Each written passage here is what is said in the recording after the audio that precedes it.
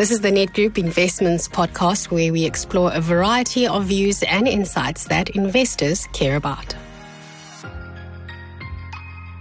Hello, I'm Trevor Garvin from Nedgroup Investments Multi-Manager. This installment of your market and economic wrap is titled National Treasury Warns of Impending Debt Crisis. The BRICS summit came and went. Argentina, Egypt, Ethiopia, Iran, Saudi Arabia, and the United Arab Emirates were formally invited to become members of an enlarged BRICS group. These new countries hope to strengthen their political and economic ties within the BRICS membership. Many of the new entrants control much of the world's oil supply, which could also be a strategic move from South Africa's perspective. Close to half of the world's population live within the BRICS countries, and around 35% of world GDP. China, India, and Russia are also nuclear powers. This past week also saw the death of 77 people and over 40 injured in a devastating fire in central Johannesburg. A large residential block owned by the city of Joburg that had been hijacked by criminals now renting out rooms to migrants and the poor caught fire in the early hours of the morning, trapping both adults and children inside. It is a sad and poor reflection of the current situation in the country, and again another example of where law enforcement agencies have not been doing their job effectively to enforce law and order and stamp out corruption and criminality. National Treasury has also forewarned the government a month before its medium-term budget speech in October that tax collections are below what they were expecting. The economy is shrinking and the number of taxpayers dwindling.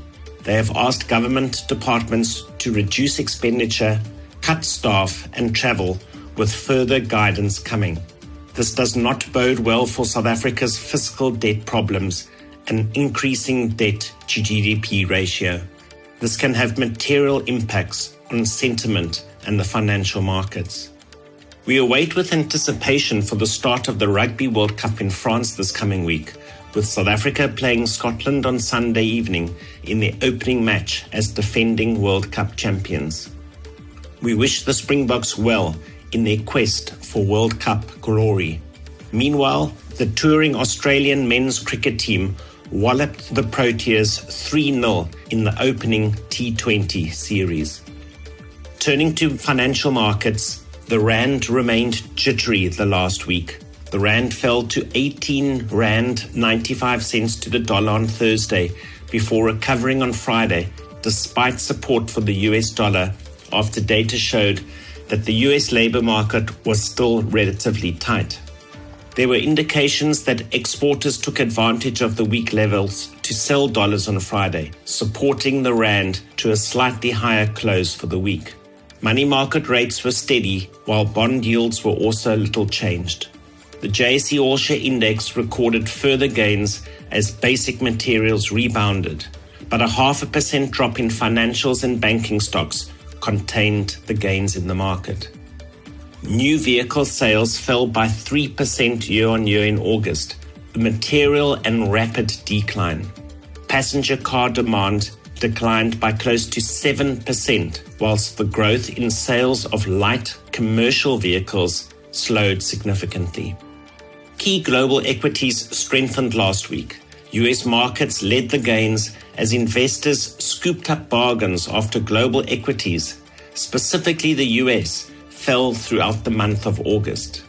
European equities were led by the FTSE 100, which gained another 1.7%, whilst the Japanese Nikkei was up by 3.5%. Chinese markets continued to reflect worries about the health of the country's economy.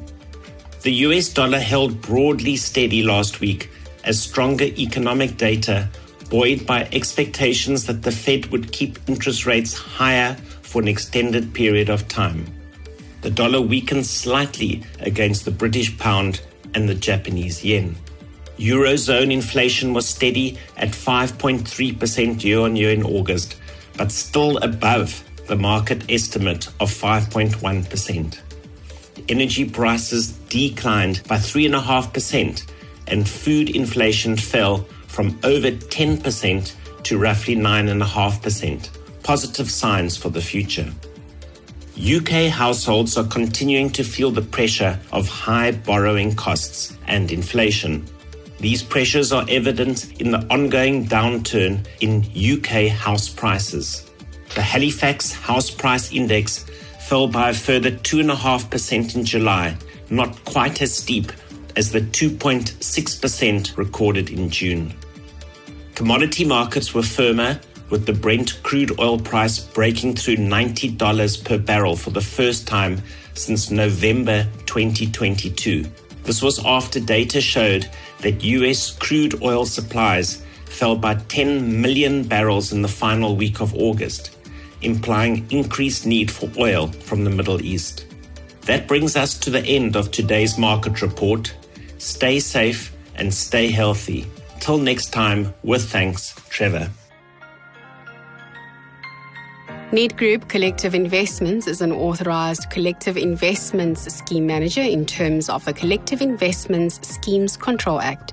Nedgroup Investments does not provide advice on financial products and will only give you factual information. For further details on our funds and to view our terms and conditions, please visit nedgroupinvestments.co.za.